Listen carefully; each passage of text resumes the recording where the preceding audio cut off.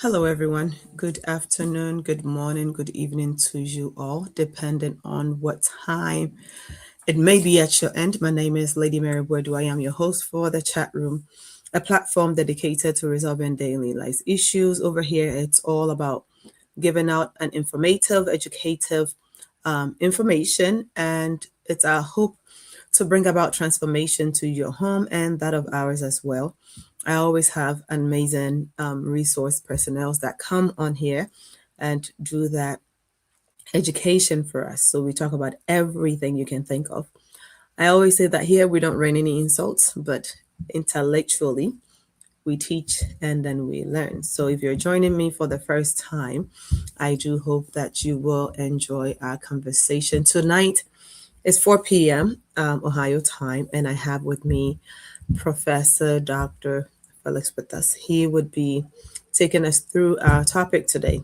And as always, we come up with a topic for the entire month, and we bring different individuals to come on the program to touch on different aspects of the set topic that's a or subject.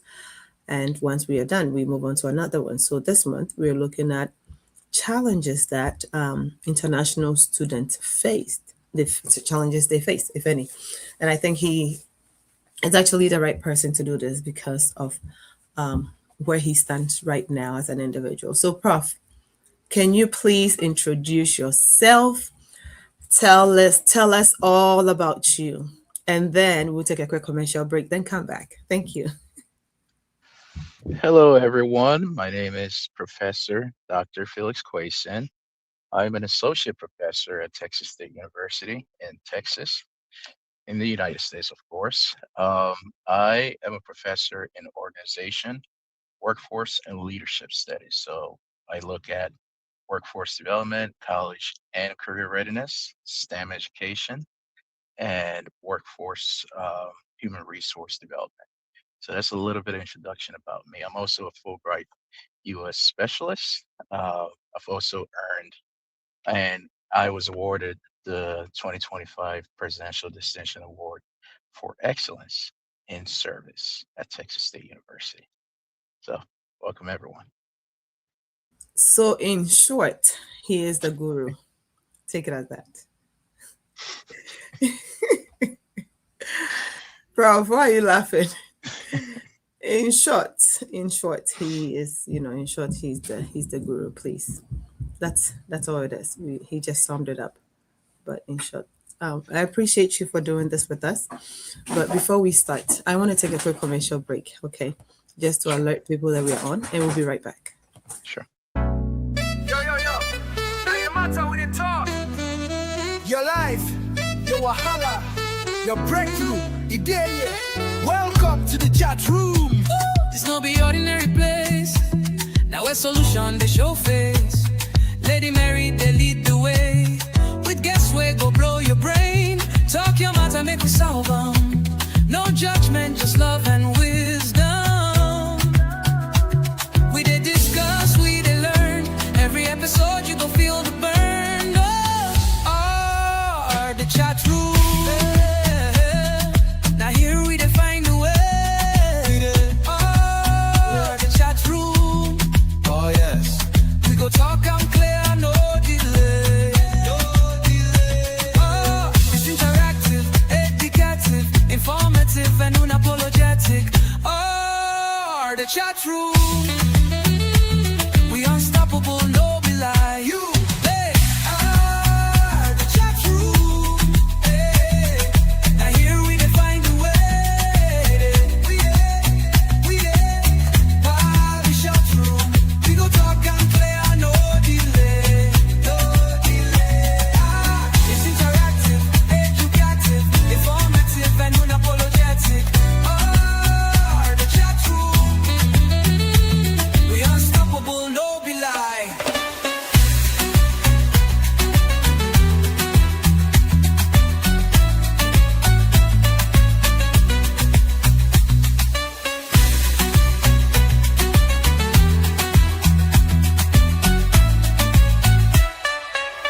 Oh, All right. Well, we are back. Prof, So let's look into our discussion. I know we don't have much time.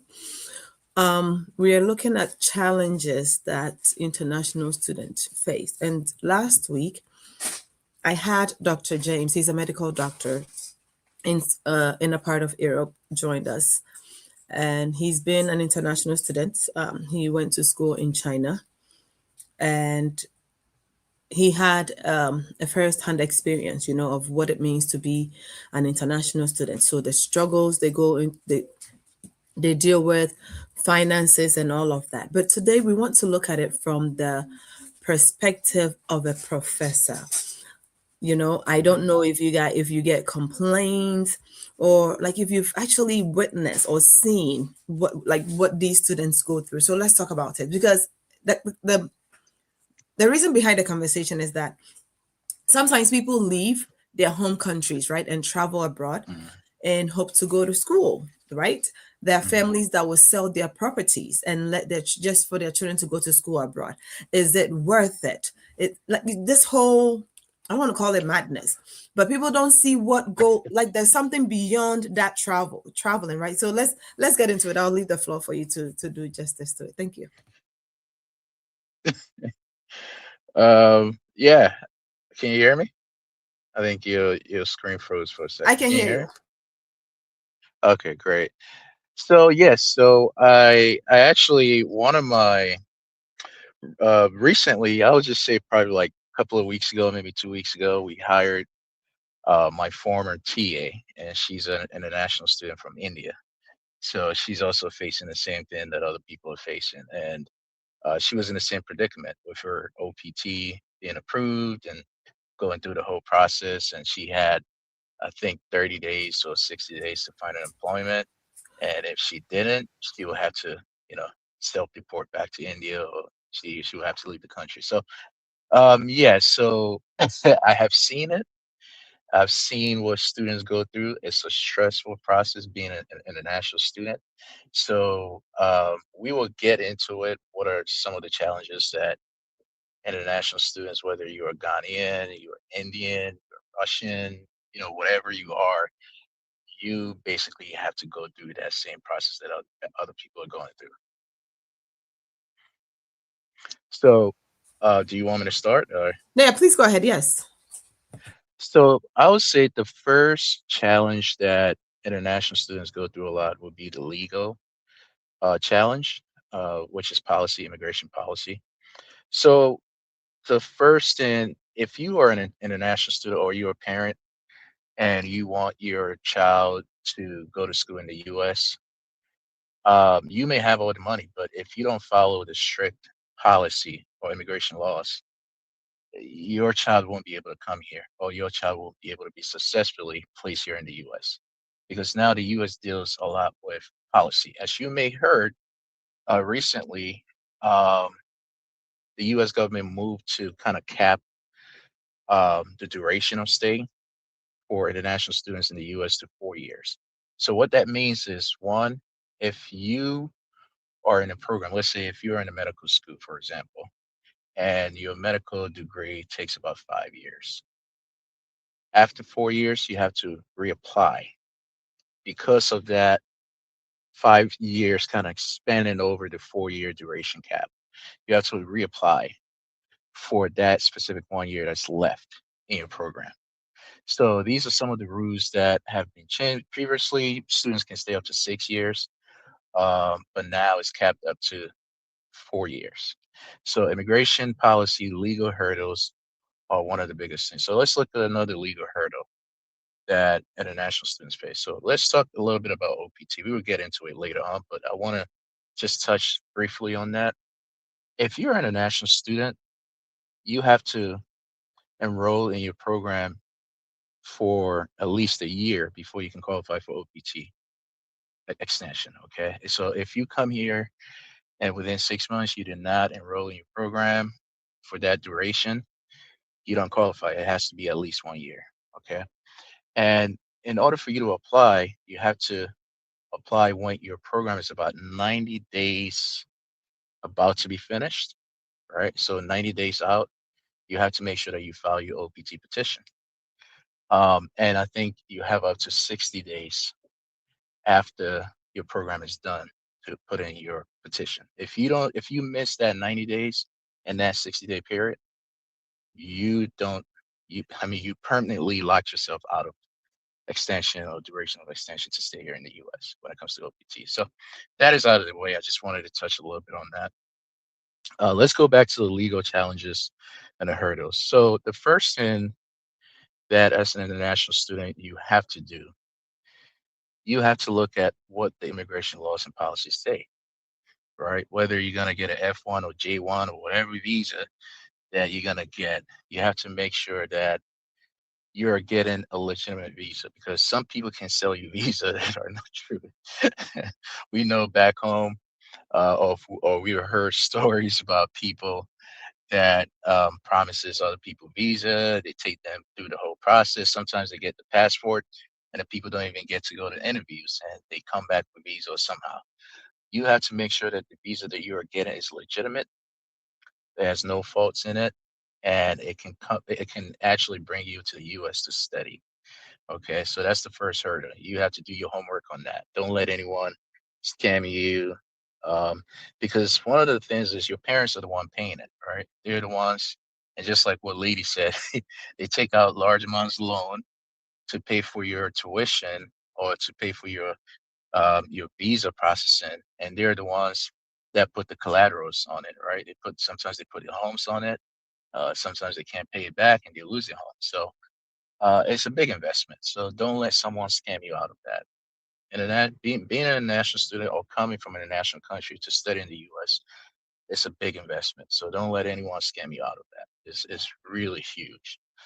But also the biggest part of it is knowing your visa status, knowing your legal status, and your immigration policy laws. So if you have any questions, I can let me No, know. not yet. Not yet. Okay.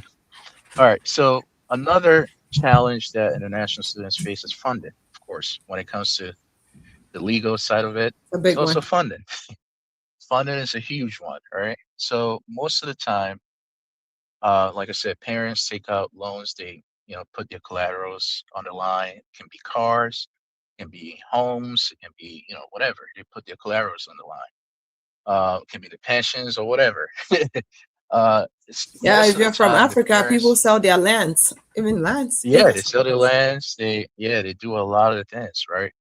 Um, Most of the time, if you come here and you are not successful, that means your parents are not successful back home. Either they have to lose your homes, whatever they put on the collateral, it's a damage, so they can't gain it back.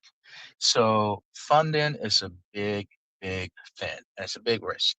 And let me tell you why funding is a big risk. So if you're an international student, you want to come here to study, maybe to get a full ride scholarship or to get some sort of scholarship or fellowship, right? The first thing that I would tell you is look at the school that you want to go to, okay? Look at the professors in that particular department or program area that you are interested in. Read all about the professors, okay? Because every professor has their specialization and their areas. My specialization is in STEM education, college and career readiness, organization, workforce, and leadership studies. So if you write to me that you want to come study chemistry, I'm going to look at you and I'm going to laugh at you because that's not what I do, even though I may have knowledge of chemistry, but that's not my specialization area, right? So you have to make sure that if you're interested in chemistry, you look at the chemistry department, faculty members, professors in that particular department, and you look at all the professors that have their areas of specialization and the one that piques your interest. Okay. Reach out to that particular, it can be one or two or three of them.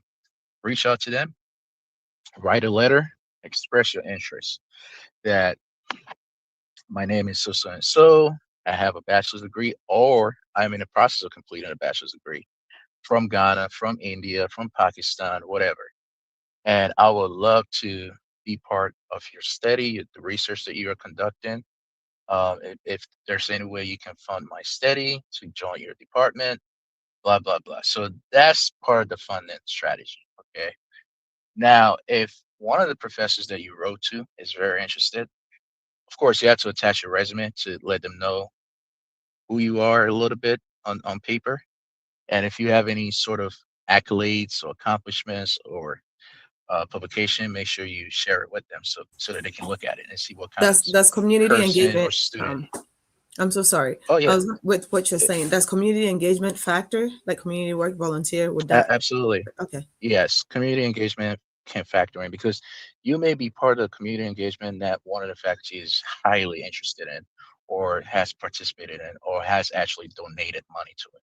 So community services count. So make sure you put everything on your resume or your CV or your accolades, everything that you have accomplished or part of. Make sure that you express that to the professor. Okay. Let them read all about you. If they are interested, they will write back to you and they will express interest in your application. Now, this is what they're gonna do. It's two ways. Either they're gonna tell you, yes, you will be a competitive candidate for our programs. Now, a competitive candidate doesn't mean that they have offered you a scholarship. You gotta make sure that you understand the language that's being spoken to you. So a professor telling you, yes, you may be one of the competitive candidates, doesn't mean they have offered you a scholarship. It means that they highly encourage you to apply because they see your potential as one of the competitive applicants that they could potentially bring on to your research lab. Okay, so the first thing, if they reach out to you and tell you, hey, you got an impressive background, you would be one of the competitive applicants, please go ahead and apply. If you need any, put my name down as the advisor. If you need anything, let me know, reach out to me and let me know how I can help you. Now that is the first strike, right? So that means you did well. So the thing that you would do is make sure that you're following the university's admission. If they require GRE or GMAT or MCAT, whatever they require, standardized tests, and make sure that you do it, okay? And you score high so that you can be a great competitor when it comes to the admission process. Now, the second part is they can reach out to you and say, hey, you have a great educational background. We really like it. I really like what I saw. But at this time, I don't have funding available because of the federal funding cuts, right? So they can tell you that. Now, that doesn't mean that they don't like you or whatever. It's just that they don't have the funding available or their funding has been cut by the federal government, okay? So that means that they're actually encouraging you. You can apply and see what happens, but they can't bring you on to your lab because they can't fund you, right? Or they can't funding basically mean they have to pay for your tuition to complete your degree, and they have to provide a monthly stipend for you. So basically, you are your responsibility if they bring you on. So you can apply to the department and see if one of the faculty members can take you. Right. So those are the two possible outcomes, or they can just tell you, hey, um, no, we've already selected our next incoming class. We can't accept any more applicants. Please try again later or try at a different university. They can tell you that. One of the things is in academia or in higher education or in colleges and universities, we are in Prof, very I close have a communication. question before you go into that. Yes. So now, if they reach out and add that line of you Mhm, maybe trying another university, mhm. um, does that sound as a form of discouragement? I, be- No, one no. second. Maybe to the professor, that's not, but people read. You mentioned something that is so critical. You said that we need to understand the professors, the languages they use. Remember? But Yeah. some of us might probably have, um, I'm trying to figure out how to say this, but some of us might not take certain things They well don't because they, they don't like like, they don't like does what it they're make hearing. sense? Does it make sense? Hmm. Because if a professor comes and say, hey, we can't help you but I try know another exactly what you're university, saying. it's like going to apply for a job, and then after the interview the manager I emails you know to I know say exactly what you're you get it. saying. Okay, That they don't like what they're hearing, right? Like they don't like exactly. what they it's part of the process. Get over with, right? If you are a student, scouting for scholarships, you're gonna hear a lot of things that you don't like. So And my I'm, and point that I'm, I'm trying to make hmm is that I I just want us to make that clear to our hmm audience that you might hear that, but then do not hmm allow those words or codings or sayings to discourage you from oh yeah, proceeding. Yes, absolutely, I just wanted us absolutely. to If clarify you're that. if you're consistent enough, nothing can break you. All right. You can hear a lot of no's, but the more you're consistent, I mean, nothing will break you. I know someone who was very consistent, wrote to the same professor 4 times. So that's like what, 4 years? That the the past 3 years, the professor said no. The fourth time, the professor said, "Oh my goodness, this guy is so consistent.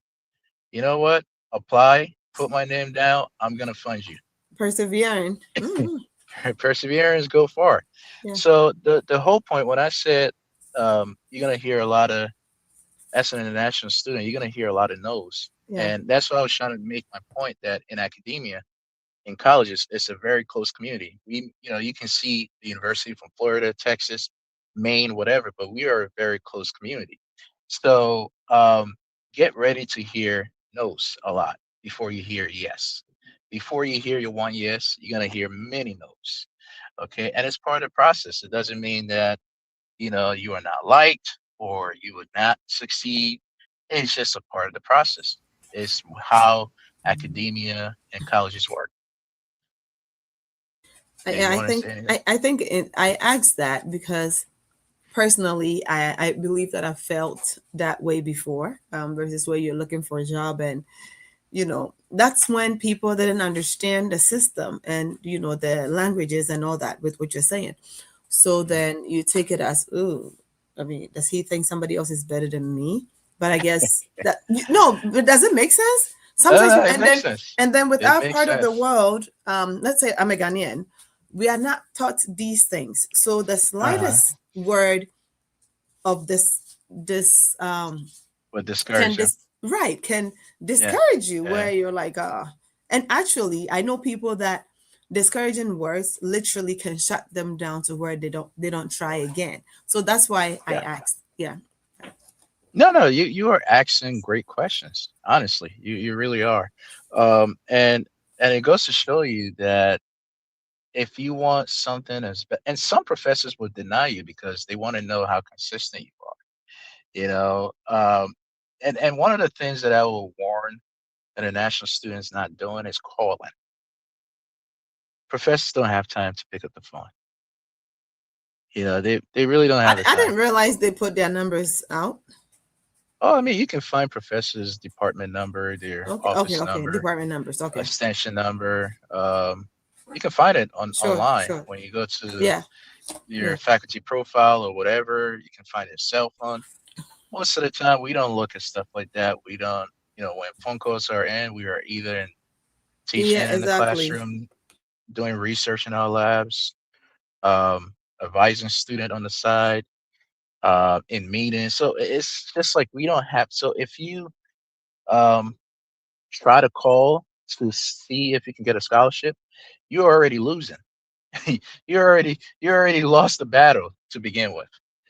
What we are good at as professors are emails, and some professors will not even return your emails until like 2 years later, because some of the emails, and let me tell you why. And most of it is not their fault though, because when you write emails to the university email secure net, sometimes the emails go to the spam The folder. It spam. doesn't go to the inbox. Hmm. So if the professor is not checking the spam folder, um, they're not going to see your email. Okay. So I suggest when you send an email, either put like important, like highly important, or like how Outlook you have the highly Yeah, important highly. button. Hmm. Right. So once you keep hitting that, that's going to come potentially is going to land in Land. the professor's inbox or the Yeah. promotional inbox. Okay. I've had so many students that reached out to me over the past, and all of it went to the spam folder, and I had to go through the spam folder and say, "Oh my To God, it's locate like them. six Hmm. six 6 months ago," and I write to them. And I'm like, oh, I'm so sorry. It's been 6 months already, but I just got to your email from my spam folder, blah, blah, blah. So make sure to stay consistently on your emails to your potential future professors that you want to work with. And like I said, make sure that you attach your resume, your accolades, all your credentials, or your accomplishments from your previous program or the program that you are currently doing, so that they can potentially have an interest in your potential candidacy for the next program. Any Okay. questions? Well, um, I guess I was gonna say you actually answered my question, because I was gonna say, are they too busy, to answer these emails? Because imagine you professors and grading of papers, going to the classrooms. Aside Yeah, that, professors have their own personal lives, right? Then, that so mhm. go ahead. That is a good question. So, I think I told you that we have to do a show on how to become a professor, what it's like to become a professor. I feel that a lot of people don't know what professors do or what professors What go goes through. into, yeah, Okay, what goes into the word professor? I think a lot of people don't know. So, if you're a professor, um, you either going to be doing teaching, research, service, and part of that you also have to write grants. Just like you said, you have to grade papers. Um, Luckily for some of us that have TAs and GAs, the TAs grade some of the papers, but you can't always rely on it, right? Even if they grade it, you have to look at it one more time before you release the grade to make sure everyone is equitably getting the grade that they deserve, right? So if you're a professor, it doesn't mean that your only job is to teach. You Professors are scientists, researchers, and scholars with the responsibility of teaching. Okay, so meaning that teaching is something that is a responsibility for professors to do. Okay, that's why if you go to some of the top universities in the US, some professors don't even bother teaching. They let the TAs and GAs teach because that's kind of secondary to them and what they have to do. Because if you're not teaching, you basically spend your time writing grants. Okay. If you're not writing grants, you're basically in a research lab, um, gathering the data that you collected, analyzing data, making sure that whoever funded you on your previous project, you're writing reports, making sure the reports are good. You're also responding to the university research office. It's just a lot. So you may write to a professor and they may not get back to you right away. I'm pretty good with my email. I have a policy that by 48 hours, I have to get back to you. So regardless of have I missed some in the past? Yeah, because it's a lot of emails that come through, right? In a day, I can get about 50 emails, right, from different people asking me different things, from students and so forth. So there's a possibility that I can lose your email down the line. But if you keep writing me, if I don't respond within 48 hours, I will apologize and I'll respond back to you and I'll tell you what it is. I recently had a student who a graduate actually, he graduated with his master's from Pakistan, reached out to me and said he wanted me to be his PhD supervisor, meaning he wants to come to work in my workforce development lab. And I said, he sent me his resume, his academic transcript. He's a highly performing student, but yeah, his background is impressive. But I told him that his background is engineering, so he's an mechanical engineering or something like that.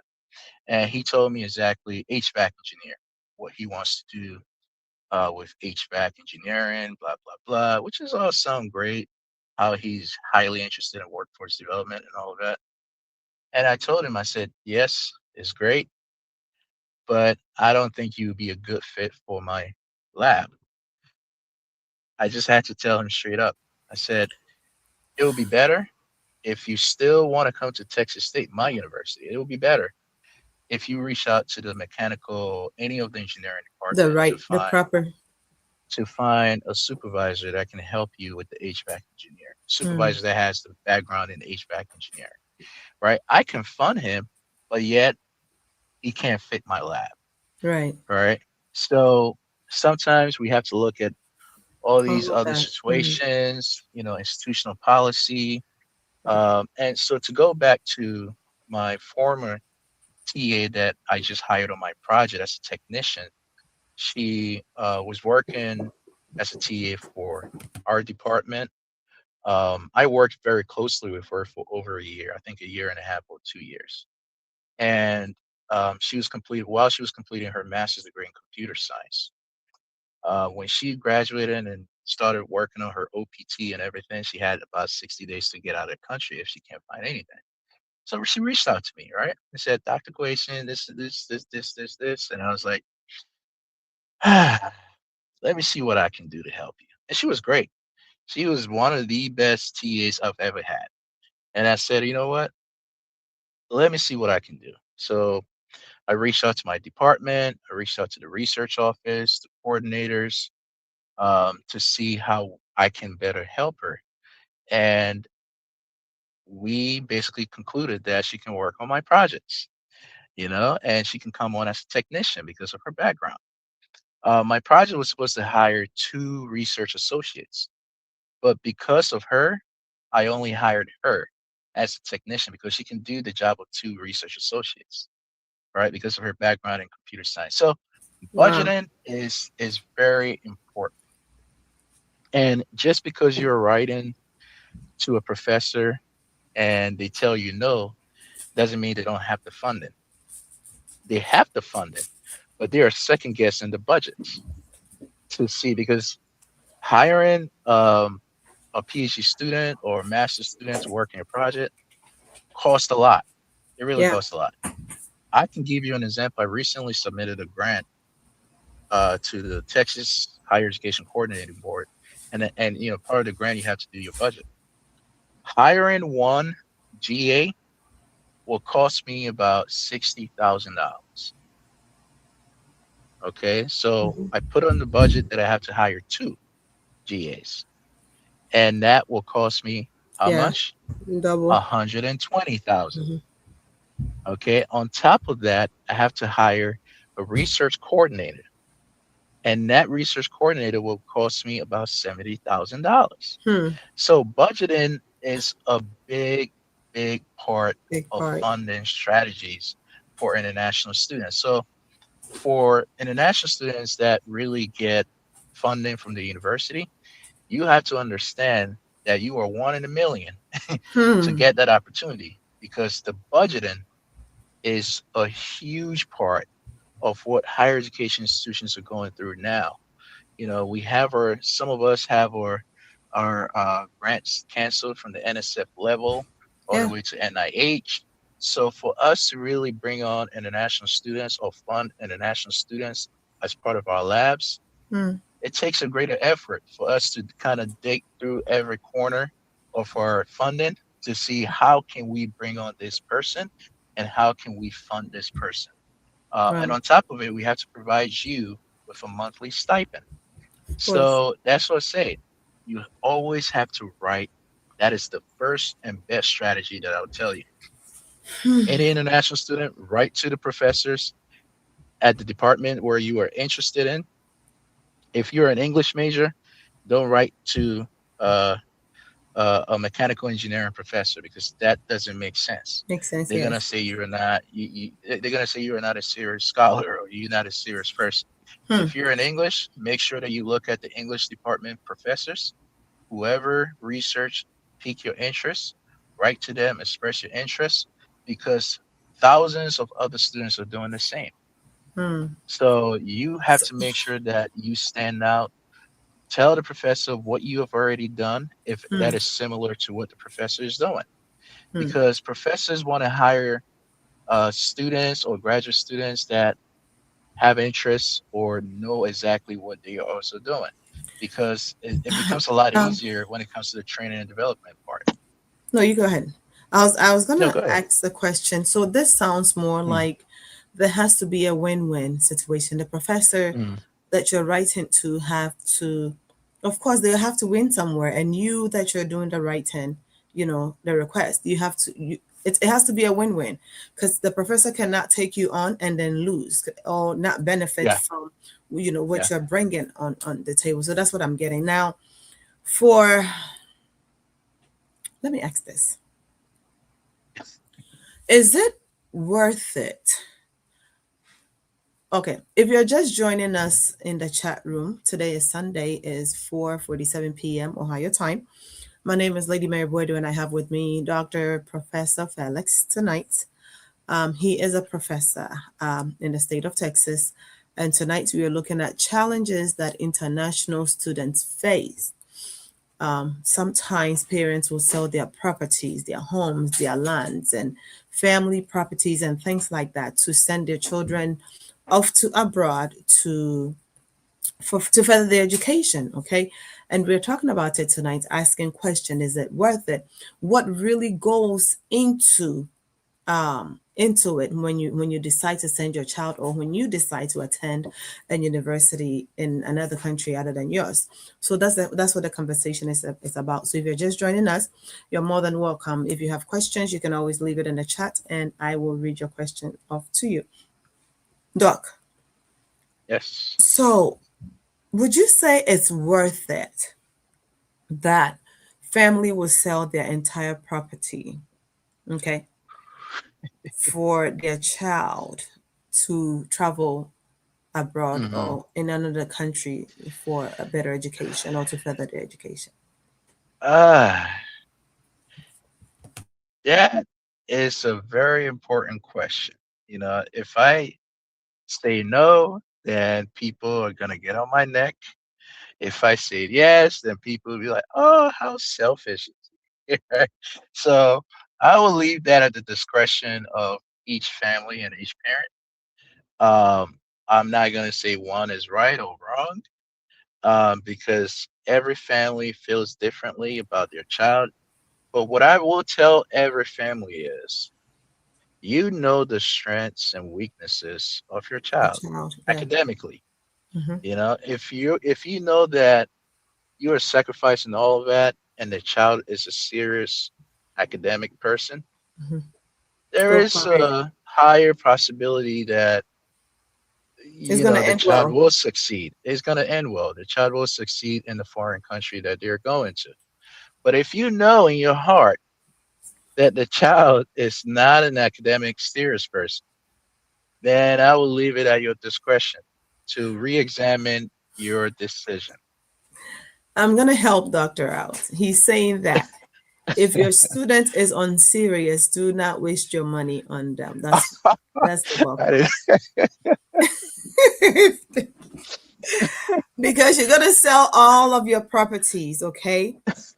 And then send them away only for them to come back later and tell you, I'm sorry, but things didn't end well. And then one question that I asked Dr. James last week was that, you know, parents, I think some people send their children off to abroad without factoring in the negatives, Right, the right, mishaps, what could happen, what could go wrong. absolutely. Yeah. We do that without factoring. So maybe we parents should start thinking, you know, Mm-hmm. having it Mm-hmm. at the back of their mind that like we can send you off, but it's not 100% guaranteed that things are going to end the way we want it, especially if you don't know what type of student you have or where the student stands, like with what Professor is saying. Because Yeah. we have so much expectations when we are sending people out, outside of the country to go and learn, right? But we don't factor in so many different things of what could happen. One of them would be, I want us to talk about scholarships, okay, and what it Yeah. entails. But before we go into scholarships, one of what I'm saying would be the financial aspect. You have to pay for your dormitories; it's not free. You have to Oh yeah. feed Yeah. It's not. It's medical. not. People. We have to pay for um um what is it, insurance. So when Jeffrey got ready to go to college, we found out that you have to either pay the insurance up front to the university, or Hmm. you either go on your parents' insurance, So all of these Yeah. little things are factored in there without us knowing. So that's why I'm saying, I asked the question, is it really necessary, or is it worth it that a parent will send off their children or sell your property and send your child off? But like you said, it's at your own discretion. If you think that, hey, my student is amazing, and that's what's leading me to our next question, that can we talk about scholarship? If this child has a 3.0, 3.0, 3.5, 4.0 GPA and things like that in another country, does it weight the same? And since we are in America, we're talking about America, does it weight the same? How does those things work, and where does scholarships comes in? Can we talk about that before we end, please? Absolutely. So, yes, so scholarship is another hurdle or challenges that international students face. We talked all about the funding, how to get funding, but just like what Lady said, room and board is a different tuition by itself, a different fee by itself. And some of the times universities want you to pay up front before they can even give you your dorm and all of that. So a lot has to go in, your living expenses and all of that. Now, you asked a very important questions when it comes to scholarships. Okay.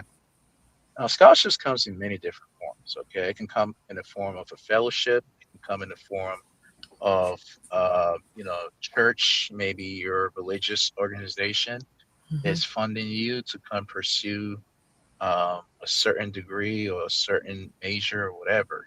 You know? Sometimes through your efforts with community engagement or service, you end up getting scholarship. Okay, so it can come in many different ways and forms. One thing that I would say is you asked about the GPA, and I would tell you. So there is an organization that kind of evaluate foreign transcript. One of them, one of Mm-hmm. the biggest one is WES. I think it's Mm-hmm. WES. Yeah. And I particularly don't like how they evaluate it Yes, though. because they tend to give foreign students slightly higher GPA, Okay. which I think doesn't make sense to me. The math doesn't math, in my opinion. And I think I myself and other people have written to the board, and I think now I think I heard something like changes are coming where they're gonna really evaluate it just like how um, the U.S. That's it. Transcripts are. So, right. So what they do is, for example, let me give you an example. If you came from University of Ghana, right? Mm-hmm. You completed your bachelor's degree, and you are in the United States trying to pursue a master's or PhD, for example. Let's say in the University of Ghana, you got a 3.0 GPA in Ghana. Mm-hmm. When you send it to West will evaluate your transcript and potentially give you about 3.2 GPA here. You know, I don't understand it. It doesn't make But sense. so I've heard. Uh-huh. Well, I'm not trying to defend that, but Yeah. do you agree that people in Africa or other, okay, I'll Uh-huh. take Ghana for instance. Do you know how we learn, Prof? Everything Uh-huh. is almost like manpower versus the United States. You have your laptops, you have your tablets, you have all these resources, you have everything to your fingertips or at your Okay. fingertips. Versus in Africa, if we take Ghana for instance, you are literally going solely in depth. I'm not saying Americans do not do study, but do So you get what so I'm so saying? so basic I get what you're saying. So you basically rewarding a lesser infrastructure compared I to mean, a country that has all the infrastructure. but that's No, I'm just saying. I understand what you're saying. It's very annoying when I see that from West, because I've seen one of my cousins who came from Kwame Nkrumah Tech, and he got a higher GPA here. And I'm like, it's But not fair. but you see, when it comes to that, for me, for the benefit of the conversation tonight or discussion, Uh, the topic, that's what I'm thinking. Because really, yeah, but African children. it has everything to do with the infrastructure. Fix your infrastructure, and your students will be better off. If you don't fix it, But I don't think the then student, Prof, as for this one, I think we will take it off the table and have. I don't think that students should be penalized for the lack of infrastructure in their countries, because truly, African children Hmm. do really learn exceptionally. I mean, Are you saying hard. American No, students don't I'm learn not saying exceptionally? that. I'm a student myself. I can't say that. What I'm saying is, no, prof. Uh-huh. I mean, I can get up right now as we are sitting here. We are Uh-huh. we are all on systems, right? Uh-huh. And look for information that would not take Yeah. me days. I wouldn't have to travel from here to Cincinnati or from Uh-huh. Accra to Kumasi to be able to have certain resources made available Hmm. to me. Does that make sense? Yeah. I'm So I following you. can I can jump on, my data would work smoothly, everything. If I Hmm. choose to come to Texas right now, if I'm visited and I'm still a student, I still have access to information. And I get it that You it's know, not it's lady, but it's lady, not the I would say student's this. fault, doc. So Lady. no, No, no, I it's not. say I'm this not to saying say that. Okay, oh, I'm coming. I say this to say that I get what you're saying, but I was also adding to it to say that maybe perhaps they see that the African child or that foreign student uh-huh. systems, okay, forces them to learn more harder than the American. No, I'm just I'm, I'm just I disagree. I'm just saying. I I'm disagree just saying. 100% because I Okay. deal with a lot of international students at Texas State. I've spoken to them. I have some as my TAs, you know. So are you saying that I they're not great and highly exceptional? I don't think so. You know, some are really great. Some are really great. Some of them when you interact with them and then you look at the kind of GPA that they got, you kind of ask yourself So like, so are you come you on. just you're just trying to say that, let's say, yeah, are you trying to say that the GPAs are inflated? Of course it is. Mm. I don't think those GPAs are mathing right, you know. So But so so but so that's are you are besides you the are you point. are you saying that the GPAs are but indirectly? No, no, that's not what I'm saying. That's not what I'm saying.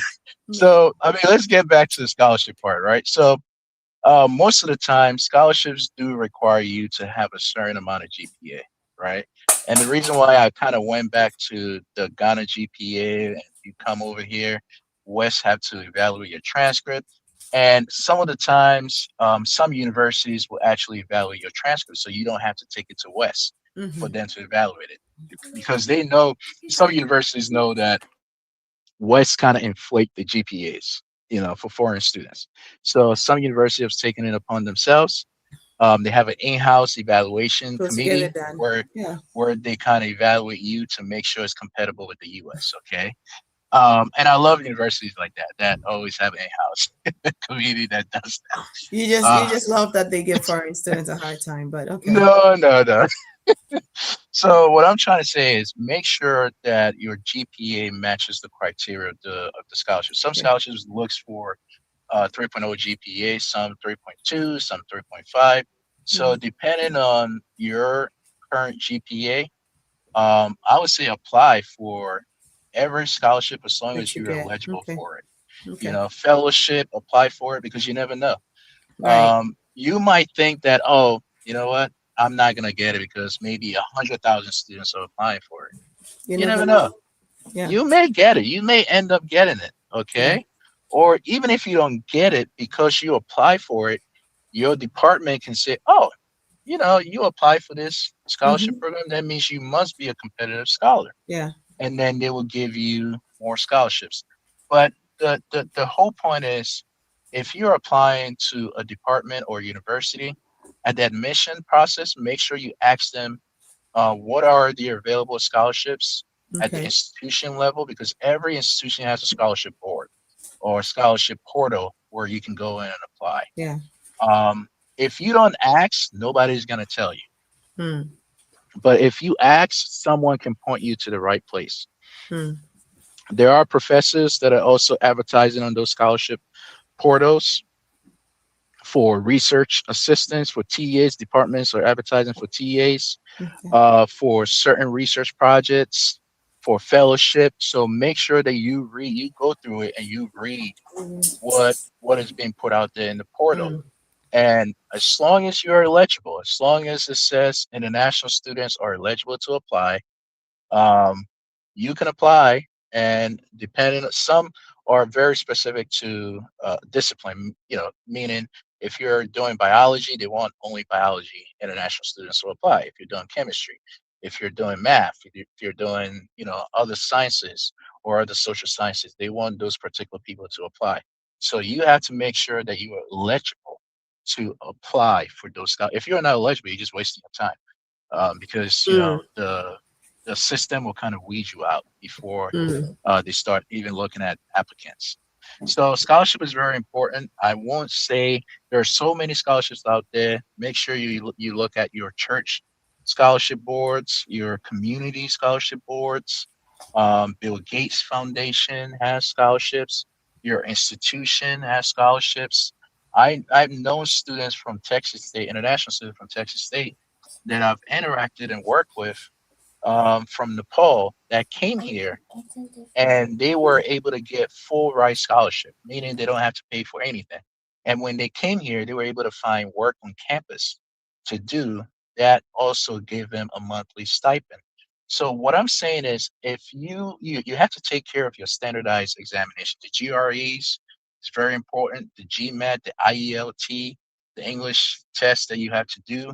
If your university go through Duolingo, please do that for your English examination. I think during the COVID time, some universities kind of switched to Duolingo of the COVID-19 pandemic. Some universities have switched back to IELT. So whatever standardized exam that your university or department requires you requires. to have, follow. Make sure you take it, because the highest score that you have on it will also determine which professors will fight for you, and they Mm, are willing to give you more money, okay. all because of your standardized test scores. Okay. Yeah, some Wow. some professors want students, whether we like it or not. I'm not a big fan of standardized test scores, because some students can game it, or some students can let someone else go write it for them. But what I'm gonna say is that is one of the measures for universities or departments to measure your competitiveness, okay, for a Mm, particular degree. So make sure you do the best of your ability to get a score that is competitive enough to get more scholarships in a mm. place. Yeah. I think this is so good. We've touched on so many different aspects of this of conversations.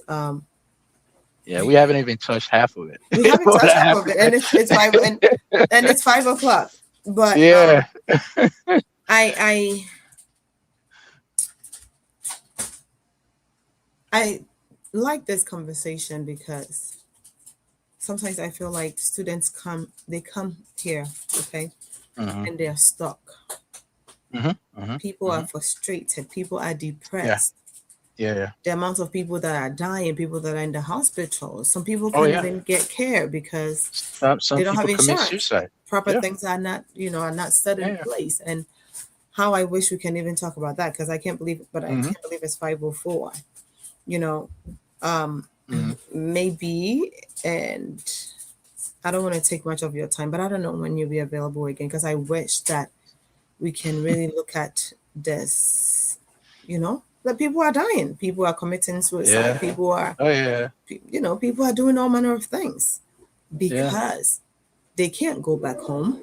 Maybe they Nope. feel like, and some people don't even tell their parents what's happening because if they tell them, they might be so disappointed in them because they sold their properties and sent you off thinking that, Hmm. hey, you're gonna go make it and come back and take care of us. But Yeah. that's not the case. You never know the end story till you actually land your foot here in the Hmm. country which you're going. Hmm. And so that's one thing that I wish we can educate the public on, especially foreigners, before you send your child out there, the things that you should look out for. But do you have anything else, any final words, anything you want to share with us before I Yeah. So the final words that I would say is, I mean, you touched on something that's very important. A lot of people are committing suicide. People complete their degree, There's a guy at DePaul University. I think he was a graduate. He finished his degree. He couldn't find a job, and he had 60 days to live. He committed suicide. A lot of people are not well. The health insurance component, with the work on campus, there's limitation to how many hours you can work. You can't work outside of campus. If you work outside of campus, that means you have to destroy your whole visa status. You have to Exactly. kind of go back out of the country and Yeah. reapply to come Yeah. back. So it's all legal complexities around it. Mm. That so one thing that my final words would be find a community. Find a community because the community would definitely reveal more to you than what you are imagining. You can be from India, Pakistan, Ghana, anywhere in the world. You can imagine a perfect, rosy country that you want to come to school. Hmm. Uh, that you think the U.S. is, oh my God, they're gonna take care of me, they're gonna feed me. Well, yeah, we do have food pantries. You can go and get some food, but but no one is gonna feed you here, okay? But yeah, we do have community food pantries that you can go at a certain time. But one thing that I'll say, find a community because the community will because more than likely the people in that specific community they have been through the whole process. Prof. They Yes, Prof. Do you find the community before you apply for the school, or can yes. you So explain? you Okay. can do, yeah, you Okay. can do both. So sometimes, Okay. if let's say I have an interest, for example, I want to go to Germany to do my Hmm. master's, for example.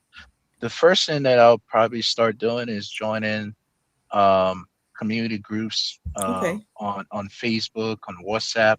Okay. Now you can search for groups on Yeah. WhatsApp, Facebook to Yeah. join. Yeah, join it and tell them the reason why you were joining it. And a lot of questions, a lot of complexities.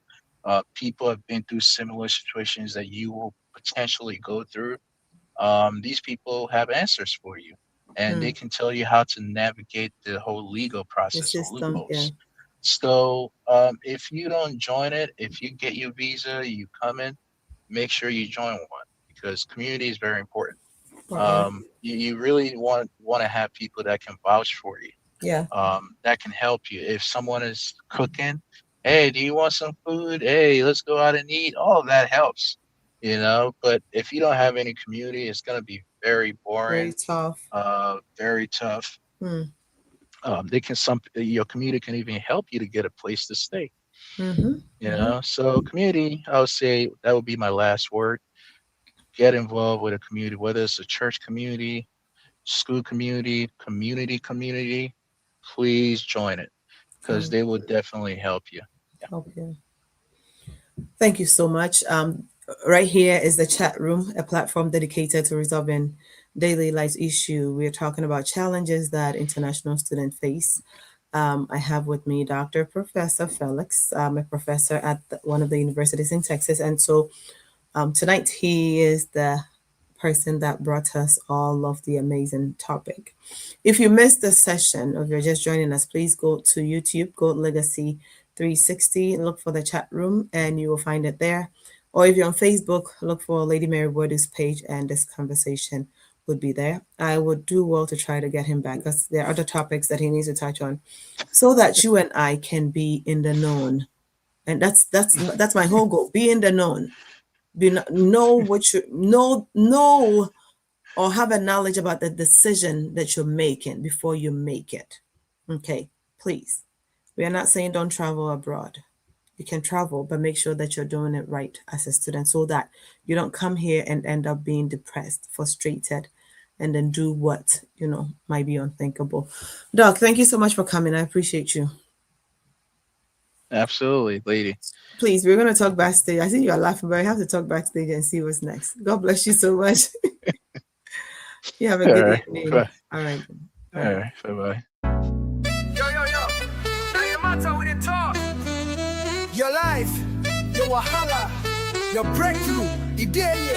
Welcome to the chat room. This no be ordinary place. Now a solution they show face. Lady Mary, they make we solve 'em. No judgment, just love and wisdom.